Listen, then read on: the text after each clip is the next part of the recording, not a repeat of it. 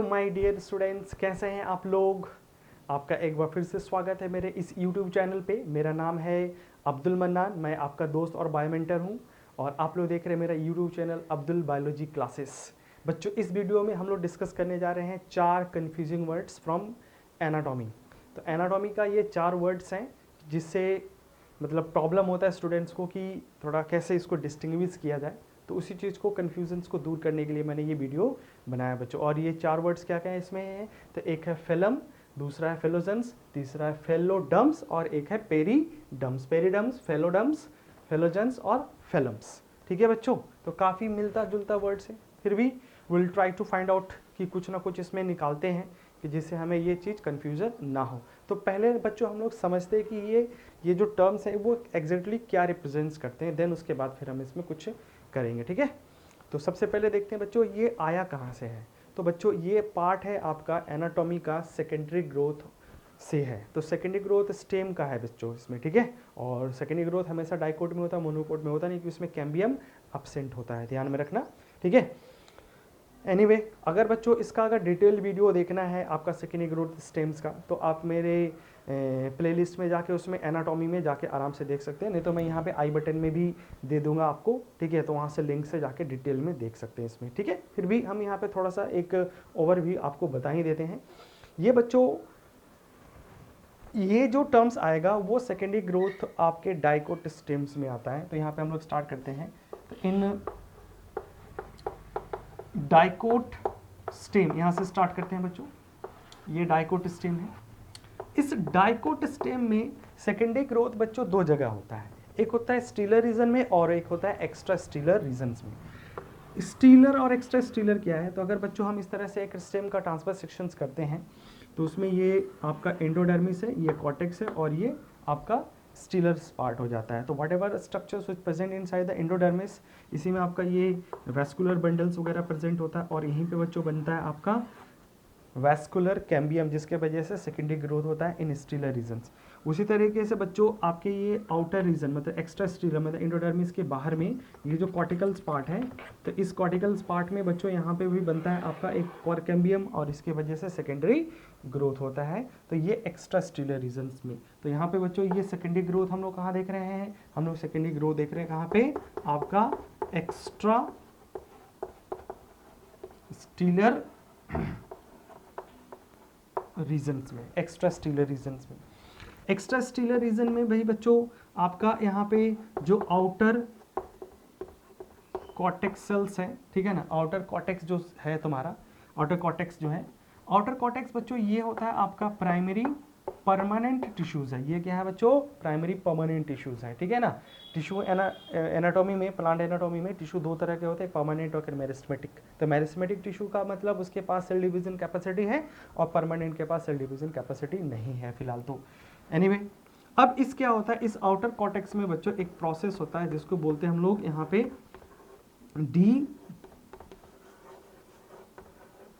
Differentiations. और इस D differentiations के बच्चों ये जो सेकेंडरी कॉर्टेक्स है, आउटर कॉर्टेक्स है, ये कन्वर्ट हो जाता है, ये कॉर्क कैम्बियम में कन्वर्ट हो जाता है। किसमें, तो ये कॉर्क कैम्बियम में कन्वर्ट हो जाता है। ठीक है ना, कॉर्क कैम्बियम में कन्वर्ट हो गई। बच्चों ध्यान में रखना है कि ये जो कॉर्क कैम्बियम है ये सेकेंडरी टिश्यू है, मतलब सेकेंडरी मेरिस्टम है। जैसे ये प्राइमरी मेरिस्टम्स था, सॉरी प्राइमरी परमानेंट टिश्यू था, उस तरह से ये सेकेंडरी टिश्यू है, सेकेंडरी मेरिस्टम्स है। ठीक है, यही सेकेंडरी मेरिस्टम्स बच्चों बाहर और अंदर, ठीक है ना, स्टीलर रीजन्स और एक्स्ट्रा स्टीलर रीजन्स में ही भी उसमें स्पेशली देख सकते हैं, बाहर और अंदर दोनों साइड्स में ये कुछ कुछ स्ट्रक्चर्स बनाता है। ये आउटर, ठीक है, आउटर मतलब आपका एपिडर्मिस के साइड में और इनर, ठीक है, इनर मतलब दैट मीन्स ये एंडोडर्मिस के साइड में। ठीक है, तो ये आपका आउटर साइड जो है बच्चों ये कॉर्क सेल्स का फॉर्मेशंस करता है। कॉर्क सेल्स मतलब यहाँ पे ये हुआ बच्चों कि ये जो कॉर्क कैम्बियम है डिवाइड करके डिफरेंशिएट करके आउटर साइड में क्या बनाता है तुम्हारा, कॉर्क सेल्स बनाता है। और इनर साइड में बच्चों अगर हम देखते हैं इनर साइड्स में, तो ये डिवाइड करके डिफ्रेंशिएट करके ये सेकेंडरी कॉर्टेक्स का फॉर्मेशंस करता है। क्या बनाएगा? सेकेंडरी कॉर्टेक्स का फॉर्मेशंस करता है। ठीक है, सेकेंडरी कॉर्टेक्स। ठीक है बच्चों, तो यहाँ पे क्या क्या बन गया इस कॉर्क कैम्बियम के वजह से? कॉर्क सेल्स और सेकेंडरी कॉर्टेक्स बन गया। ठीक है बच्चों, अब आ जाते हैं हम लोग, ये जो टर्म्स हम लोग को डिस्कस करना था, फेलम, फेलोजेंस और फेलोडम्स और पेरिडम्स। ठीक है बच्चों, इसके बारे में आ जाते हैं। तो ध्यान में देना बच्चों कि यहाँ पे ये जो कॉर्क कैम्बियम है, इसके जेनेसिस के वजह से, इसके डिविजन्स के वजह से ये बने हैं। तो जेनिंग वर्ड जो आता है, जैसे यहाँ पे एक जेन वर्ड है, तो ये जेनेसिस को रिप्रेजेंट्स करता है, ऐसा मान लेना तुम लोग। जेनेसिस भी होता भी है बट इसको मान लेना। तो दैट मीन्स ये जो कॉर्क कैम्बियम है, इसी का नाम है, दूसरा नाम ही बच्चों है इसका, इसका फेलोजन है, यही है फेलोजेंस बच्चों। ठीक है, फेलोजेंस। दूसरा आ जाओ इसमें, ये जो सेकेंडरी कॉर्टेक्स और ये जो कॉर्क कैम्बियम है, इन सब का भी नाम है बच्चों। तो ये जो सबसे बाहर वाला लेयर है, इसी को बोलते हैं हम लोग फेलम। ठीक है, PHELLEM, फेलम। और ये जो इनर पार्ट है, इसको हम लोग बोलते हैं बच्चों फेलोडम्स। ठीक है, फेलोडम्स, फेलोडम्स। ठीक है ना, फेलोडम्स। तो दैट मीन्स यहाँ पे कंक्लूजन्स क्या निकला बच्चों, समझ में आ चुका है। यहाँ पे कंक्लूजन्स क्या निकल गया बच्चों कि ये जो कॉर्क कैम्बियम है, इसी कॉर्क कैम्बियम के वजह से आपका फेलम और फेलोडम्स बनता है। तो दैट्स वाई हम लोग इसको जीन वर्ड दे देते हैं जेनेसिस के लिए, फेलोजेंस। तो एक तो याद हो जाएगा, ठीक है, कि फेलोजेंस जो हो गया यही आपका कॉर्क कैम्बियम है। और ऐसे भी याद रखना ही है बच्चों कि सेकेंडरी ग्रोथ जो होता है एक्स्ट्रा स्टेलर रीजन्स में, स्टेम में, उसमें रिस्पॉन्सिबल स्ट्रक्चर क्या होता है? कॉर्क कैम्बियम होता है तुम्हारा इसमें। ठीक है ना, कॉर्क कैम्बियम्स। ठीक है बच्चों। अच्छा, अब ये आता है एक वर्ड बच गया पेरिडम्स। तो पेरिडम्स क्या है बच्चों? पेरिडम्स क्या है बच्चों? तो इन तीनों को एक साथ मिला दो, तो ये प्लांट का, स्टेम्स का जो है, ये आउटर लेयर, आउटर कवरिंग बनाता है। एक बार्क वर्ड भी सुना होगा, तो बार्क इसके बाद देखेंगे। बट इन तीनों को एक साथ, किसको फेलम, फेलोजेंस और फेलोडम्स को एक साथ हम लोग बोलते हैं बच्चों पेरिडम्स। तो यही क्या हो गया आपका? यही पेरिडम्स है। ठीक है बच्चों, पेरिडम्स है। एक बार मैं समराइज कर देता हूँ फिर से बच्चों, यहाँ पे एक बार फिर से समराइज कर देता हूँ इन तीनों वर्ड्स को क्लियर करते हुए। ठीक है, आई होप यहाँ तक तो समझ में आ गया होगा तुम्हारा इसमें। तो दैट मीन्स यहाँ पे बच्चों ध्यान में रखना कि ये छोटा छोटा लिखना पड़ेगा। पेरिडम्स जो है ये इक्वल टू क्या क्या हो जाएगा तुम्हारा? इसको जोड़ते हैं, देखो, फेलम प्लस फेलोजन प्लस ये हो गया फेलोडम्स। ठीक है, फेलोडम्स, इन तीनों को जोड़ेंगे तब ये बनता है पेरिडम्स बन जाता है बच्चों। इसमें इसी को मैं क्या बोल रहा था? इसको मैं बोल रहा था कॉर्क कैम्बियम, और इसको क्या बोल रहा था बच्चों मैं? ये कॉर्क आउटर है, ध्यान रखना, कॉर्क सेल्स आउटर, ये डेड होता है, ध्यान रखना, ये डेड होता है। और ये इसको क्या बोला हम लोगों ने? सेकेंडरी कॉर्टेक्स बोला, सेकेंडरी कॉर्टेक्स बोला इसमें। ठीक है, तो ये तीनों डम्स को ध्यान में रखना।